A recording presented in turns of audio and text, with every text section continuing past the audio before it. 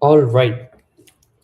Hello, everyone. Good afternoon. A very warm welcome to Rodha Cat. And today we are discussing a very important topic.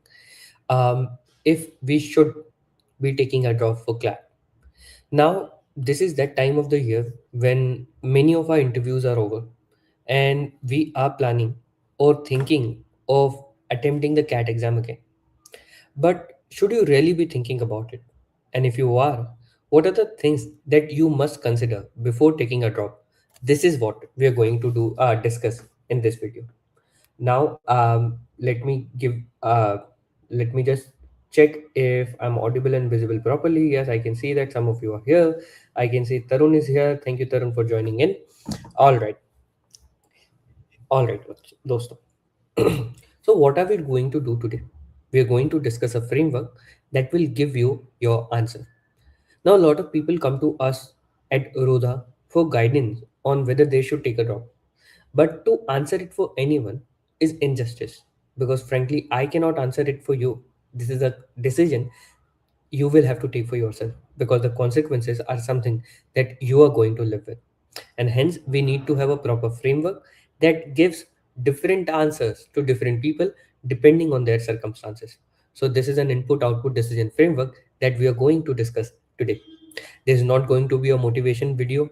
I'm not going to motivate you to study a lot during your mock. There's not going to be a fear video that, okay, if you take a mock, if you take a drop, you're going to lose out on some precious years of your life. There's just clarity, a framework that will help you decide. All right, moving on. So, the first thing first, a cat drop is a bet. This is not a break. So a lot of times what we think while taking a drop, and this is something that many people think, is okay, I'm going to take a drop, and what is the best thing that can happen in a drop? I'll probably get to a great IIM, but at the same time, nothing happens. Then I'll just treat it like a break here. But this is what they think, but this is not how it turns out to be. So if you have any concerns regarding your drop, and I see that some of you have joined live, please let me know in the comments. If you can let me know in the comment, then it will really help me customize this video according to you. All right. So you must understand this, and you must understand this pretty clearly, that a cat drop is not a break at all. It is a bet where you're going to put 12 months of your life, your momentum, your confidence, and sometimes even your self respect. And we are going to run for an outcome that is not at all guaranteed. Because let's be honest, cat will not care if it is your first attempt, your second attempt, or your emotional comeback. It only cares about one thing: can you really perform in those 2 hours under pressure? So, today, by the end of this video, you should be doing two things. Either you're going to take a drop with a system, or you're not going to take a drop and still not feel guilty about it. Because, see, let's be honest, the worst decision is not taking a drop or taking a drop. The worst decision is taking a drop without knowing what exactly is supposed to change, or not taking a drop and then living with regret for the rest of our life. These are the worst decision, and that is what we're going to avoid in this class. Okay, so like I said, a drop year is not a break. It is not something that will give you time. Pretty honestly, it gives you a lot of pressure, and pressure is dangerous because in the beginning it looks like motivation. Yes, that's the truth. Normally, when you take job for the first few days, what is going to happen? You're going to wake up charged. You're going to make schedules, buy test series, clean your desk, watch topper routine, and tell yourself, this is the year I'm going all in. But over time, after few weeks, pressure will stop feeling exciting, and it will start question like this. And this is something that every person throughout their journey gets. And these questions are: what if my percentile does not improve? What if I waste another year? What if everyone else who has started studying for the CAT exam moves ahead? What if I do not convert? So, all of this is the reality that you're going to confront. The first few days are going to be rosy, the first few days are going to be honeymoonish, but the in the remaining time, I'm quite sure that you're going to get questions like this. And think of it this way, you have gotten questions like this even when you were studying this year for your CAT exam. Please let me know in the comment if you had gotten questions like this. So, we will really need discipline during the drop year, and that discipline will not be built automatically.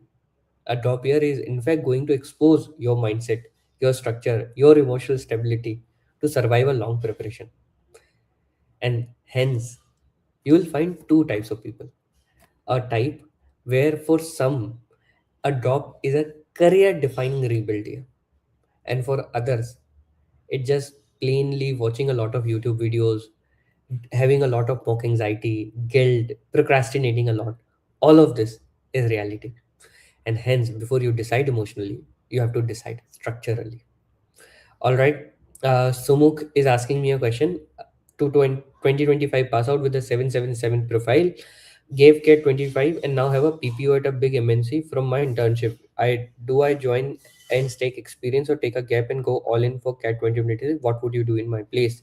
Sumuk, this is the exact question that we are going to address in a while when we decide whether we need to take a partial drop or a full drop. So can you hold on for a while and you will get your exact answer. All right. So there will be a difference between a good system and a bad system. Okay. So this is how a good system will look like. It will be discipline, consistent schedule, structured review. All of this will be there. And a bad system will be guilt, random preparation, and no review. So let's be honest about one thing and one rule for this entire discussion. Our result of the CAT exam, our CAT percentile, and eventually the college that we are going to convert is the output, and your preparation is the input. And your output will not change until your inputs change. This is where most CAT droppers go wrong. They think this year I got 82 percentile, this year I'll study more and get a 98 plus. But what usually happens? They are doing the same things over and over again. Same resources, same weak areas, same inconsistency, same fear of mocks, same random preparation, same overconfidence in strong areas and avoidance of weak areas. And they're expecting a different result. Is this really strategy? This is wishful thinking.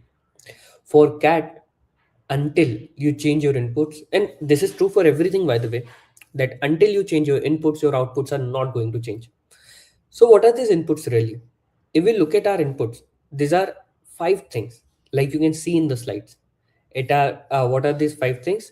Time, firstly, and time is not just your total months, or you can calculate that approximately 9 months are remaining for CAT.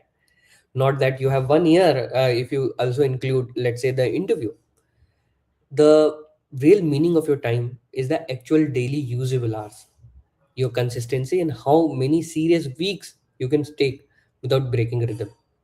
Because 8 random hours a day are weaker than 4 focused hours done consistently for 8 months. That's the truth. The second input is your quality of effort.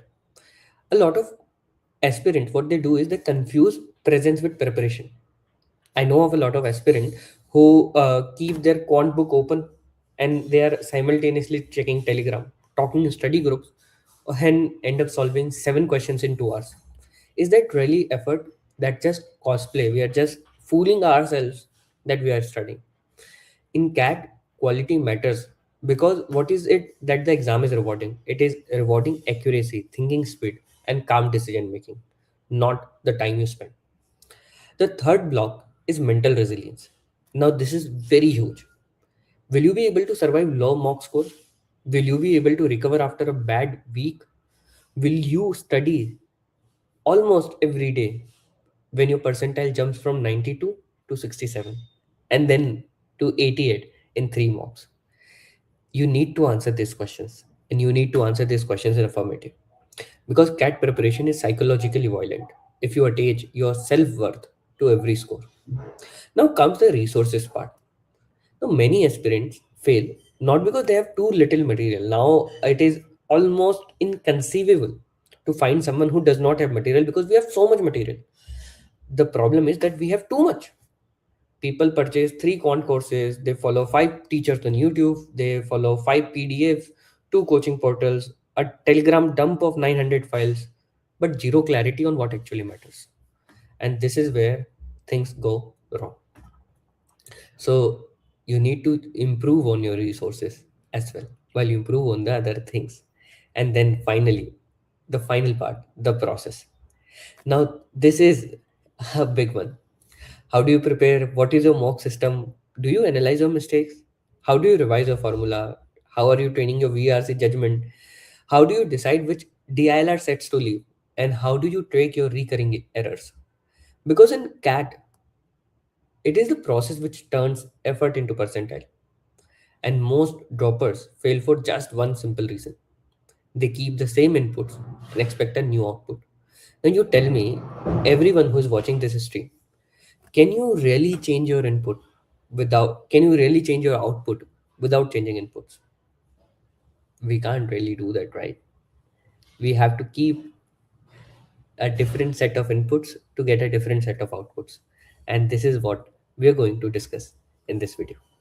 All right, I see that there are a few other doubts. And guys, I'll take your doubts towards the end of this video. So once, and a lot of these doubts will eventually get cleared. All right. So eventually they're going to get cleared, but regardless, I'm going to address each doubt individually after the end of this video. Okay. Meanwhile, if you're liking what you're getting so far, please do hit the like button. Now, let's move on and understand that there are three questions that we need to answer before we think of taking a drop. Okay. So the three questions are something that we are going to answer brutally honestly, not emotionally, neither dramatically, and not even the version you tell your relatives. You will have to answer it using your real version. So the first question is, why did you really miss CAT exam? Now you need to answer this. There must be some reason why you missed your CAT exam. It just cannot be a reason that your paper went well, or that you got nervous, or you just was not lucky that day. This is vague and this is just emotional storytelling. What I am actually asking is, what exactly broke? And you need to put your failure into a bucket. So when you are answering this, why did you miss CAT? There are three failure buckets. The bucket one, time and consistency, bucket B, process, and bucket C, skill gap. And you need to tell me which bucket did your problem fall in. So let's discuss these buckets one by one. Bucket A is time and consistency problem. There are a lot of aspirants who never really get a serious preparation run. Sometimes they get their college in the way, or they were in a job that was exhausting them. Maybe they had internship, semester exam, travel, family issues, or maybe they fall sick in between. And pretty common that they kept restarting their prep every 10 days. In this case, the issue is not that you are incapable. The issue is that preparation never became stable enough to compound. There are compounding gains to preparation. But in order to obtain that, you need to keep your preparation stable. Maybe you are preparing in fragments, and CAT does not reward fragments, it rewards consistency. So, this is the time and consistency bucket. The second bucket is the process problem. Maybe you really solve for time and consistency. You were consistent, you studied hard, you worked hard, but the system that you were following for CAT was broken. You gave mock without proper analysis. You solved one question but never revised patterns. You watched concept videos but didn't convert them into time performance. You read VRC explanation passively but never trained decision making. Or maybe you just practiced DILR without learning selection, structure, and how do you really select the right set. Now, if it is a process problem, then this category is dangerous because a lot of people who are in bucket B, even before going to the CAT exam, they really feel that they are prepared and that they are going to go to a great IIM this year. But preparation without feedback is just activity without anything, right? So this is the second part. And the third and the most hard truth bucket is the skill gap problem, where your fundamentals are genuinely weak. And this is something that we all can confront. We often start from points where we are not that great in a particular section, or maybe all section that get ask us.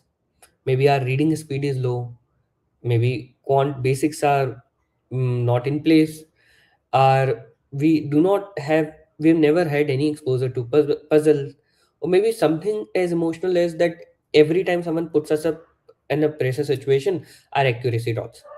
So you understand concepts on time, but performance disappears in mocks. All of these are problem. And but let's be honest, this is not that you are just little behind. You're playing at a different level than the percentile you want. This is okay, but you have to accept it early. Because once you identify the real problem, the drop year becomes a strategy. If you cannot identify it, the drop year becomes a longer version of confusion. So today you need to ask yourself, did you lose because you had no time? Or did you lose because your process was broken? Did you lose because your current skills were below the cat level, that cat demands? Today, if you cannot name your bucket, you're not ready to decide on a drop yet. So this is first question and you need to answer it. I'm sure if you are even considering a drop, tell me in the comment box which bucket your failure fell in. And I'll be reading if you're watching it after I've recorded the live, you're watching it recorded. Go again and tell me in the comments which bucket does your failure fall in. Now, let's confront the second question. And the second question is, can a drop realistically change the outcome? This is what a lot of people ask. Now, let's move from emotion to myth. You do not need hope here, you need probability. Because at the end of the day, I need to tell you probably how much chance do you have of success if you are taking a drop, right? CAT is a skill exam. This is something that we know. So, and the thing with the skills is that while some of it is inherent, some of it can be built, which means we can actually improve a lot in 1 year. So, for instance, let's talk subject wise. VRC can improve if you build reading stamina, question selection, option elimination, and passage discipline. DILR can improve massively if you just train pattern recognition, set selection, and structure solving.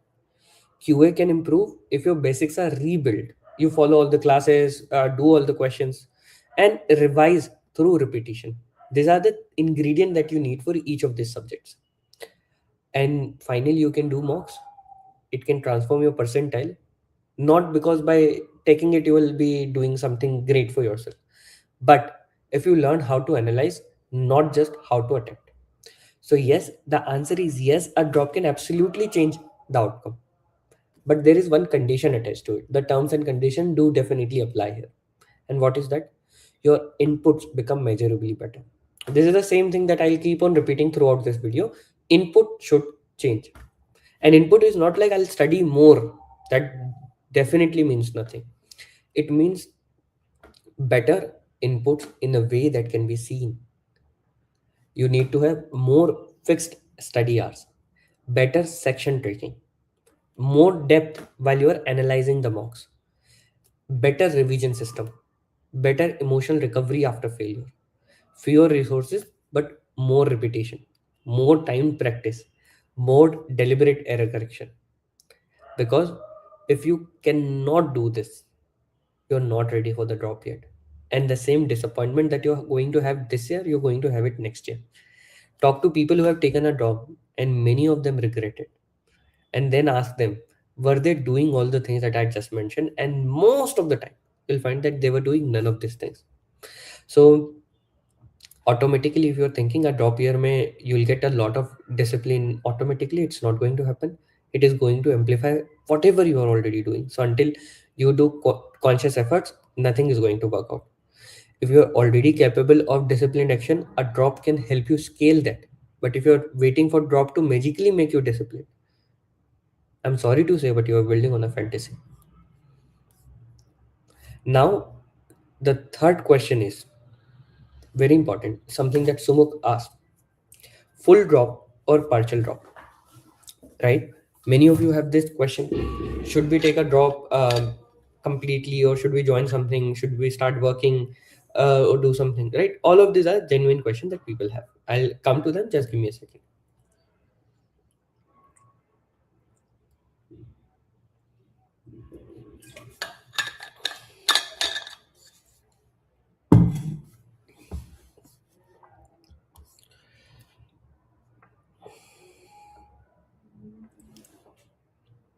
See, one thing is very important, that all of us should have some safety net.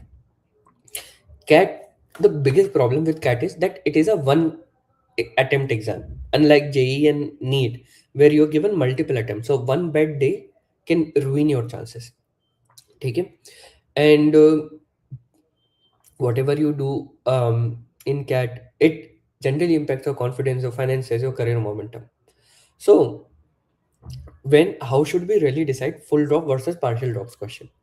These are the points that you should consider for full drop. What are those points? First, a full drop will give you maximum focus. It will not have any job pressure. It will not, no college classes will be there. Your attention will not be divided. You will have more time for section, mock, revision, and deep rebuilding. And this may sound ideal, but at the same time, another aspect that we must be cognizant of, it is also the time when you will have maximum psychological pressure, because now the year will just have one headline. Throughout the year you are going to think to yourself that cat has to work, and this can become dangerous mentally. Every mock may start feeling like a judgment. I'm not going to be there, maybe I'm not, it's not going to work out. Or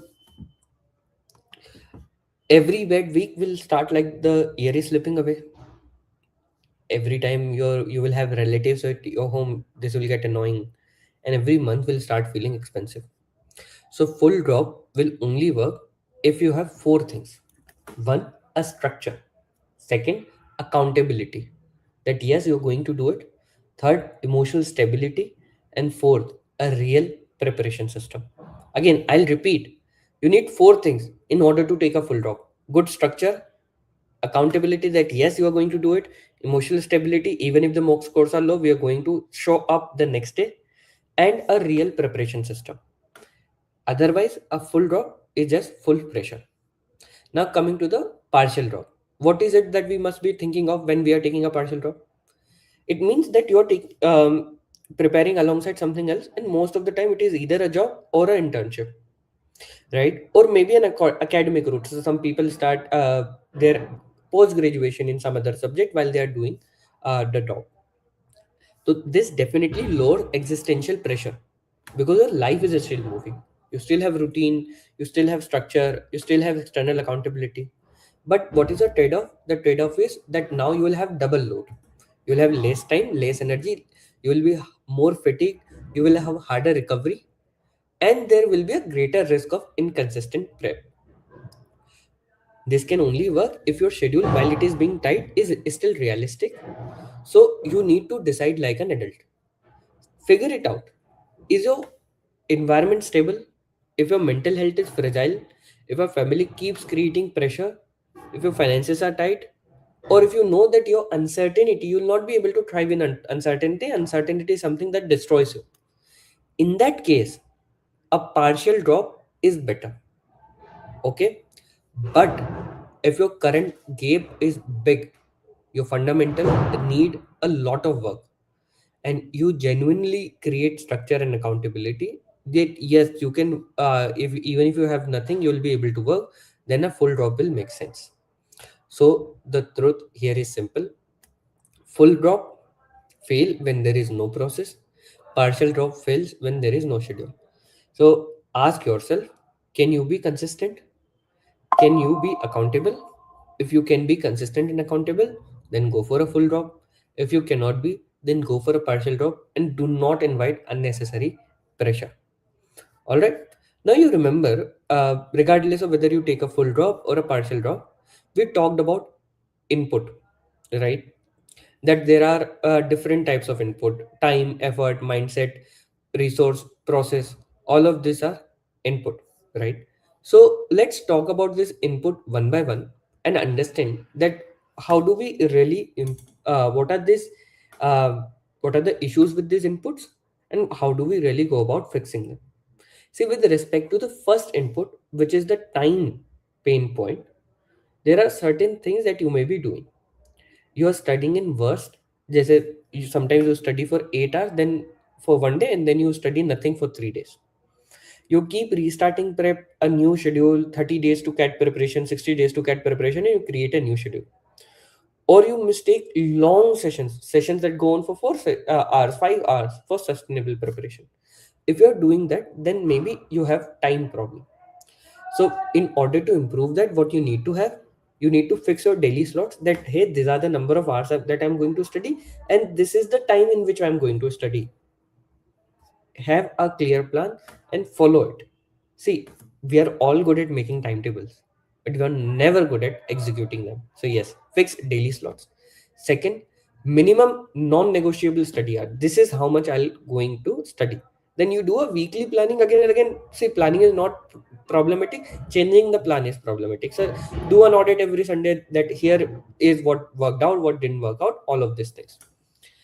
And have a target that this is the aspirational north star in number of hours, not just vague that I'll study a lot. Okay? Because you don't need heroic days, that a day where you studied for 16, 18 hours. You just need repeatable days, a day that you can repeat for the next 7 days and still not feel exhausted. This is what you need. Now the second is effort. Again, another input where people lack, right, is effort. So what is it that you can do with respect to effort? First, what does not look great? When, let's say, your hours look good on paper but output is weak, you spend more time consuming content than solving questions, you revise passively, you keep understanding concept without testing them. What is the fix? 45 to 60 minutes of deep work block, one task per session, time solving over passive reading. You track solved question, not just how much time you are spending, and you do a daily output review, what exactly improved today. Remember, CAT will not reward passive familiarity, it will reward trend execution. And the same thing you can do for mindset problem. Ensure that just one mock does not derail your preparation. You do not become emotionally volatile. For resource overload, just get one good coaching. I'm not promoting Rodha here. You can sign up for any good coaching that you have complete faith in, but don't do multiple things at the same time, like too many books, courses, YouTube channel, just avoid them. And then do not have a process. No error log, no revision cycle, no mock analysis. Don't do that. Have a proper process at play, and if you have that, then things will work out. All right, now I have something that can help you score. um, if you can take a drop. Okay, so this is a 7 point framework where you're just going to score yourself. Okay. First is, do you know what went wrong last time for CAT? I told you about three buckets, right? Bucket A, bucket B, bucket C. Was it a time issue? Was it a resources issue? Was it effort issue?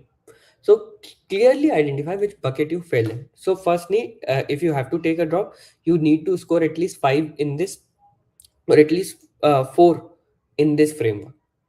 So you need to have a clear diagnosis what did not work out well, because if you do not have that idea, then most likely you're going to repeat the same mistake. Then second, if you're going to study consistently without anyone telling you externally, right? Third is, will you have the mock discipline? Will you be able to analyze every mock seriously, not just check the score, okay, this is how much I've scored?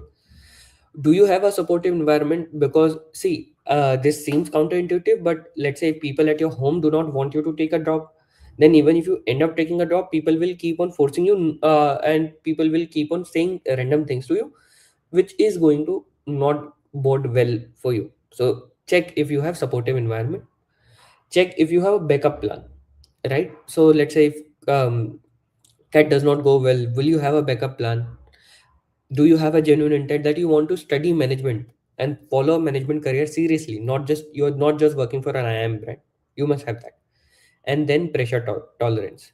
Will you be able to work productively in high stakes situation, especially because there will be a lot of pressure closer to the cat and even during your GDPI stage. Now, if you score um, 4 or a 5 in this drop scorecard, only then can you take a drop. Otherwise, you cannot take a drop. This is as simple as it gets. ठीक है, अगर आपको in this you're getting a score of 4 or 5, only then are you ready for a drop. Otherwise, you are not ready. All right, and let's say if you take the drop, this is the 3-step execution plan that you're going to have. First, in the first 7 days, you're going to do a deep diagnosis of what broke and why. In the next 60 days, you're going to rebuild the engine, you are going to rebuild the fundamentals and establish system. And then for the rest of the year, you're going to do mocks, analyze, and improve. This is the iterative process. Again, we can speak about it in greater detail in some other strategy video, but this is largely what you're going to do. What does the postmortem means? Postmortem means you'll identify the weak section, find out where you lost most marks, what were the habits that didn't work out for you, and you're going to remove the noise. Then you are going to build the engine. You have to do VRC daily practice, DILR pattern sets, QA foundations, then timed sectional and weekly revision. This is what you're going to do in the building part. And then the final part, the mock analysis and the improvement. You have to give mock, analyze deeply, take feedback, and retest your weak areas. Now, what are the mistakes that droppers make? We need to know them, right?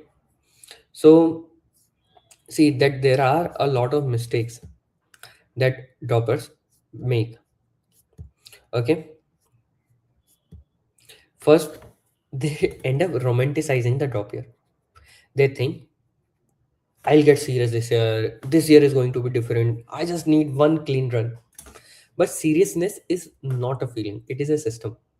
A serious aspirant is not someone who says, I'm all in. A serious aspirant is someone who can answer, what did I improve this week? What is my weakest topic right now? Why did I lose marks in the last mock? And what am I doing to prevent the same mistake next Sunday? This is seriousness, not intensity, not emotion, and not self talk. Clarity. And still, let me qualify this entire video by telling you who should probably not take a full drop for CLAT.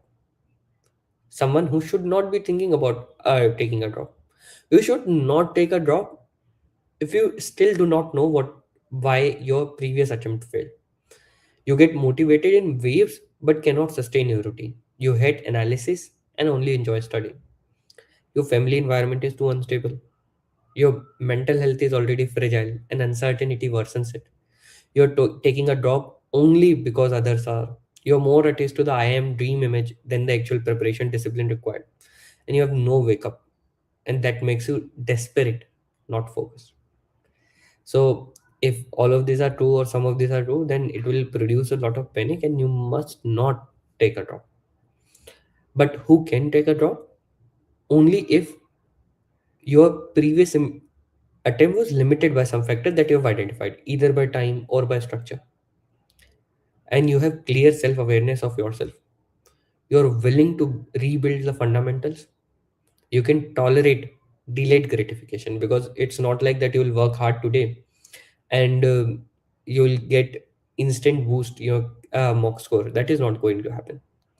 If you're ready to be honest with yourself and track your performance, you can handle uncertainty without collapsing. And most importantly, if you're ready today to treat cat preparation like a profession, if you're ready to make it a profession, then yes, you can take a drop.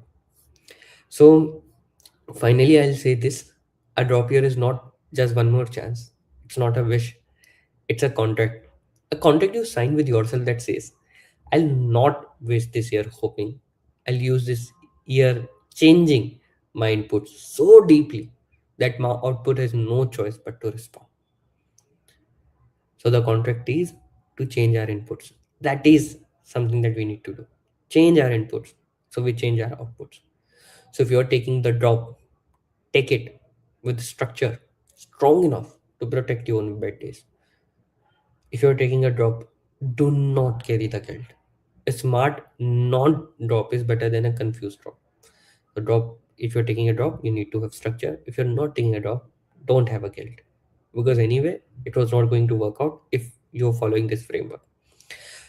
So the real goal is not taking a year off for cat. The real goal is building a career path that moves you forward with clarity, dignity, and system that actually work.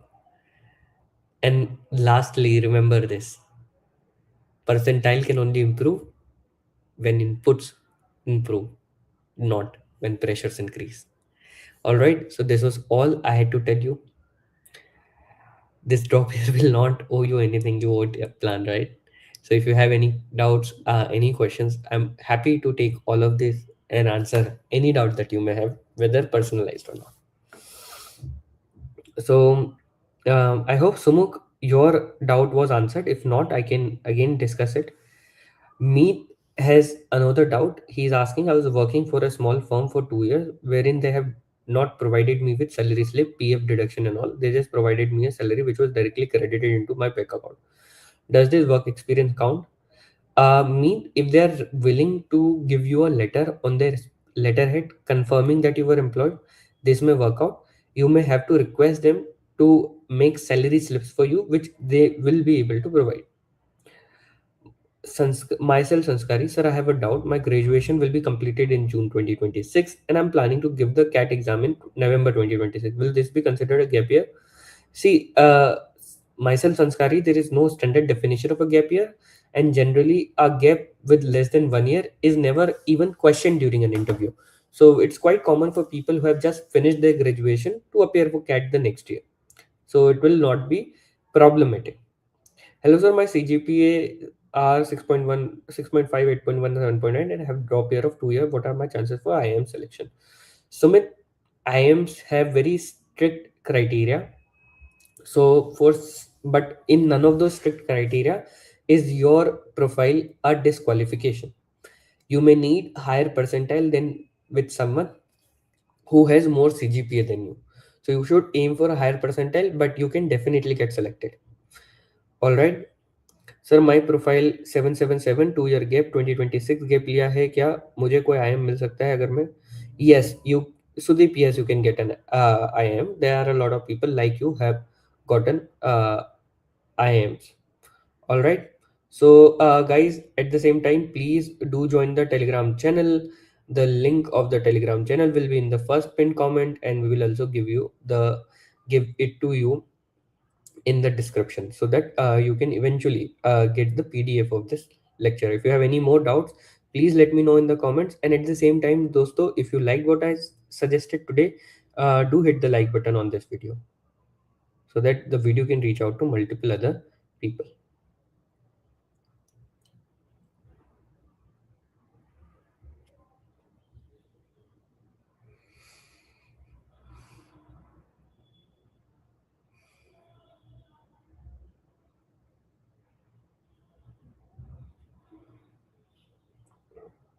Satyam also has a doubt. Hey sir, I didn't give CAT 2025 because of few reasons, so I'm planning to take a dogs.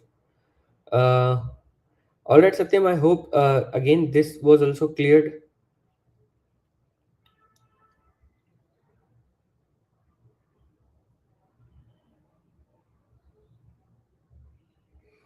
Okay. Akshay is asking, sir, 1098 graduated in 2024, had health issue from 24-25, took CAT 2025 and got 91.83 with 92 in qual. We are saying 79 in LRDI. Should I take a drop because I joined R7 last year? Feels like early start. Yes, Akshay. Again, watch this video. I have some questions that I had asked. Use this framework and come to a conclusion. Okay. I have already given you a checklist, 7 points that you must know, and do this. Okay, and you'll know.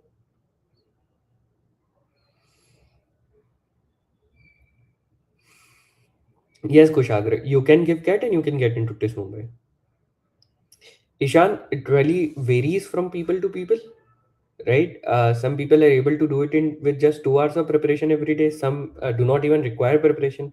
Many may need 6 plus hours of preparation. So I'll say for an average aspirant, is at least 6 hours a day of quality time.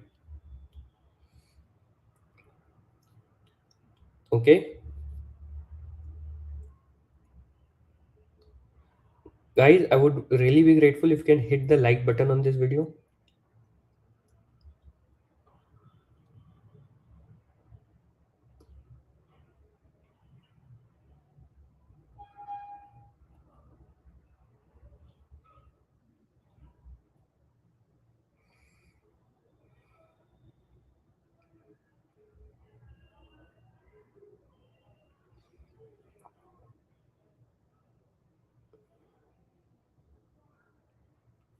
All right. Thank you so much for joining in today, guys. Have a great day. No, Kushagra, it can be explained. Okay, so we can have a discussion, and I can help you explain your gap year. All right, dosto. Thank you so much for joining in, and we'll meet again.